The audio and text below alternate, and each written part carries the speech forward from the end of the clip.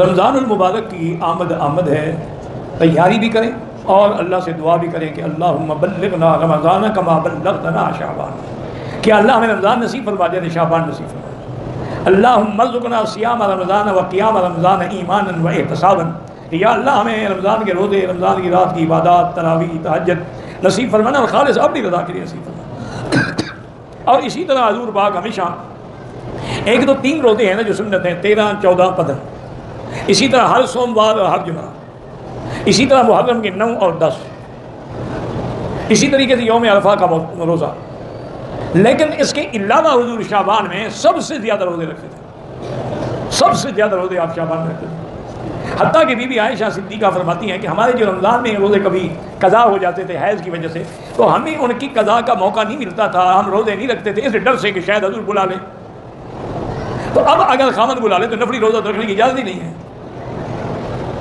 کیونکہ نفلی روزہ تو ایک نفلی عبادت ہے، اور خامد اور بیوی کے ملنے سے تو آدمی جہنم سے بچتا ہے، زنا سے بچتا ہے، گناہ سے بچتا ہے، آگ سے بچتا ہے۔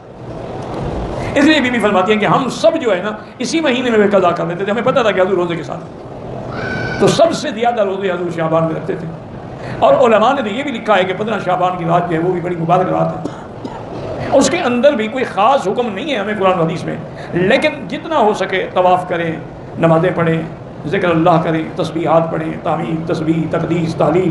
یعنی سبحان اللہ والحمدللہ لا الہ الا اللہ، سبحان اللہ وبحمدہ، سبحان اللہ العظیم، سبحان اللہ وبحمدہ عدد خلقہ وزنۃ عرشہ ورضا نفسہ ومداد کلماتہ، اور تلاوت قرآن، یعنی جتنا ممکن ہو سکے تاکہ رمضان کے آنے سے پہلے پہلے ہماری اصلاح ہو جائے۔ استغفار کریں، اگر حقوق العباد کسی کے دینے ہیں تو ادا کرنے کی کوشش کریں، کیونکہ جب تک حقوق العباد ذمہ ہونا چاہیے اس وقت تک عبادات قبول نہیں ہوتی، دعائیں منظور نہیں ہوتی۔ تو اللہ آپ کو بھی اور مجھے بھی شعبان کی بھی، رمضان کی بھی، اس کے بعد اشہر حج شروع ہو جائیں گے۔ اللہ کا ایک نظام ہے کہ ابھی شعبان ہے پھر رمضان آئے گا، رمضان سے جب آدمی پاک صاف ہو گئے گناہوں سے، لیلۃ القدر بھی مل گئی، تو اب حج کے مہینے شروع۔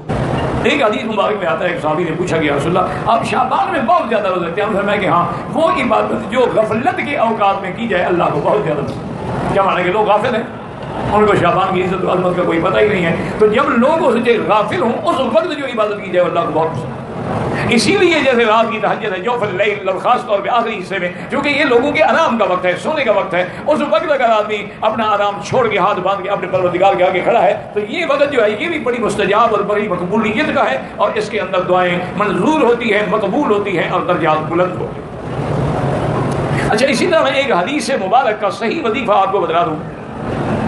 کیونکہ رمضان مبارک کا مہینہ ہے، اتنا آسان وظیفہ ہے اور آپ حیران ہوں گے کہ اس پہ ثواب کتنا ہے۔ حضور پاک نے فرمایا کہ جو بندہ بازار میں جا کر یہ کلمہ کہے لا الہ الا اللہ وحدہ لا شریک لہ لہ الملک ولہ الحمد یحیی و یمیت وہو حی لا یموت بیدہ الخیر وہو علی کل شیء قدیر، 1,00,000 نیکیاں لکھی جاتی ہیں اور 1,00,000 گناہ معاف کرتی ہیں۔ اب دیکھیں کتنا آسان وظیفہ ہے، بازار میں جا رہے پڑھتے جاؤ، ایک اگر 10 دفعہ پڑھو گے تو 10,00,000 نیکیاں بڑھ گئی اور 10,00,000 گناہ۔ اچھا اگر گناہ نہ ہو اس کے بدلے پھر اور نیکیاں لکھ دی جاتی، گناہ ہوں گے تو معاف ہوں گے نا، گناہ ہے ہی نہیں۔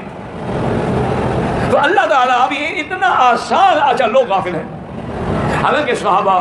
تابعین، اولیاء اللہ کبھی کبھی بازار میں اسی لیے جاتے تھے کہ جا کے ہم اس ذکر کا فائدہ اٹھا لیں اور حضور کے فرمان سے نفع کمائیں، تو بازار میں جانے کا مقصد ہی ان کا یہ ہوتا تھا کہ جا کے اللہ کا ذکر کریں، کیونکہ سب سے بری جگہ جو ہے وہ بازار ہے، تو جب آدمی اس بری جگہ پر آ کے اللہ کا ذکر کرتا ہے تو اللہ اس کی درجات کو اور نیکی کو بڑھا دیتے۔ اب اتنا آسان وظیفہ، نہ چلا کرنا پڑے، نہ ایک پاؤں پہ کھڑا ہونا پڑے، نہ قبرستان میں جانا پڑے، بازار میں جا رہے ہیں۔ ہمارے بڑے ایک مہربان تھے شیخ احمد عمر بالوی، میرے والد صاحب کے بڑے عزیز اور محبوب شاگرد تھے، اور انہوں نے بھی جتنی والد صاحب کی خدمت کی اللہ ان کے درجات بلند کرے، ان کی قبر پہ کروڑوں رحمتیں فرمائے۔ تو کبھی کبھی میں ان کا ماشاء اللہ حرم کے قریب ایک بہت اچھی مقام، اب بھی اس کی اولاد ماشاء اللہ بڑے لوگ ہیں، تو وہاں کبھی کبھی ٹھہر جاتا تھا، تو واپس جب آتے تھے نا صبح کی نماز کے تو سارا رستہ وہ یہی پڑھتے تھے، لا الہ الا اللہ وحدہ لا شریک لہ لہ الملک ولہ الحمد یحیی و یمیت وہو حی دائم لا یموت ابدا بیدہ الخیر وہو علی کل شیء قدیر۔ تو بہرحال اس شعبان میں، اور حضور ہمیشہ دعا مانگتے تھے کہ اللہم بلغنا رمضان کما بلغتنا شعبان، اللہم اللہم ارزقنا قیام رمضان و صیام رمضان ایمانا و احتسابا، کہ یا اللہ جیسے آپ نے ہمیں شعبان نصیب فرمایا رمضان بھی نصیب فرما، اور رمضان کا قیام اور صیام جو ہے وہ خالص اپنی رضا کے لیے نصیب فرما۔ ابھی سے تیاری کر لیں۔ شب برات میں کوئی صحیح حدیث مبارک میں یہ ثابت نہیں ہے کہ فلاں عبادت کی جائے یا 15 کا روزہ رکھا جائے یا اسی رات کو لیلۃ مبارکہ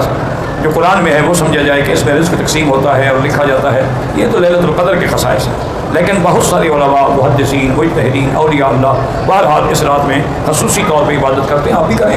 عمرہ کریں، طواف کریں، صفا نفل پڑھیں، قرآن پڑھیں، لیکن یہ رکھنا کہ اس میں سب کچھ تقسیم ہو رہا ہے اور یہ اللہ کا حکم ہی نہیں۔ اگر کسی نے